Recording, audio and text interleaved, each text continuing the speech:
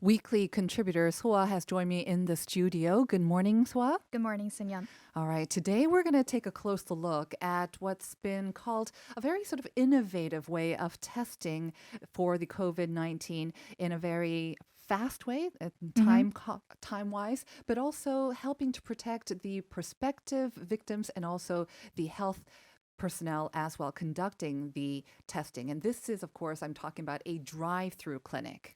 Right. What's usually commonly used when getting a hamburger or a coffee to go has been turned into a life-saving idea. The drive-through testing clinics have contributed to the fast rise in confirmed COVID-19 patients. But don't get me wrong, what this means is thanks to the fast testing procedures, Korea's figures may have increased at an alarming rate in the past week, but that also proves the country is faster than some other nations in confirming those thousands of cases. Absolutely. So how does the system work exactly? Walk us through. Sure. Well, it is really a safe and fast way to conduct tests for the virus. You just have to drive in your own car to the drive-through clinic and stay seated in your car, open your window, and follow the instructions of the medical staff.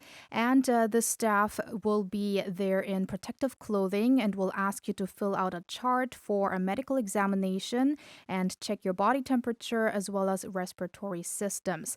If you have no symptoms, you can just go. And if you do show symptoms, the medical staff will take samples from your nose and throat.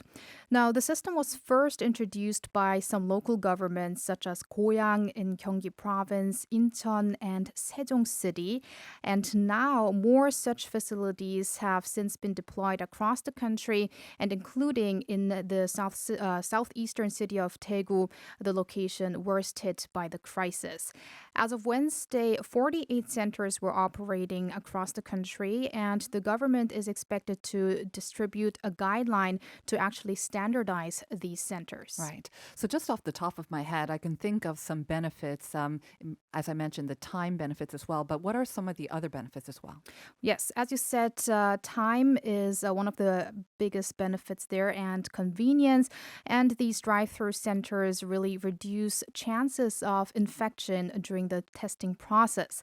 Now, first of all, it only takes around 10 minutes to test one person for the virus, while at hospitals, it would take some 30 minutes. So when regular testing facilities can test 2 people in an hour, that means drive-through centers can test 6 people an hour on average.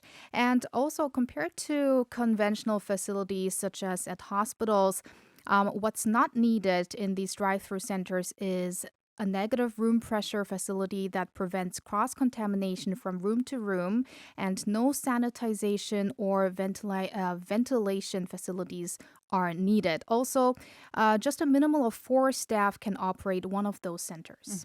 And as we mentioned, it reduces the chances of infection for those who are not actually infected coming in for testing, Right. but those who are conducting the tests as well. And for these benefits and for these reasons, the system has also been noticed abroad. Exactly. Foreign media have been introducing and praising this idea, explaining that the fast rise in confirmed cases in Korea has got a lot to do with a faster diagnosis than in any other country. And in fact, some nations are being criticized for the difficulty to get tests, as in some countries you even have to pay a lot of money to even get tested, while in Korea it's for free, including at those new drive-through facilities. And some foreign media correspondents have actually tested the system themselves and posted their thoughts on this on social media. And some countries have even benchmarked this drive-through testing center. The UK has recently launched one of those as well. And some media also said that South Korea has again proven it's one of the most innovative nations in the world. And Japanese media compared the difference in speediness of testing compared to Japan. Well, innovation and sometimes great ideas are born from such crises. Apart from the drive-through testing centers, what other ideas have also received attention?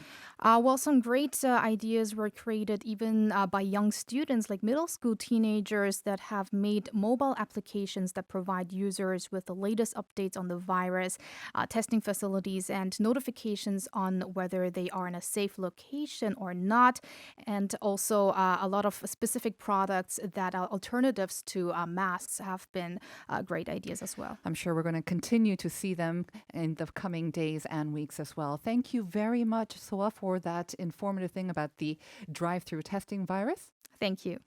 That brings us to the end of today's English edition of TBS EFM's COVID-19 live update. Stay tuned for updates in Chinese, hosted by Chi Ming Ming, after your hourly bulletin.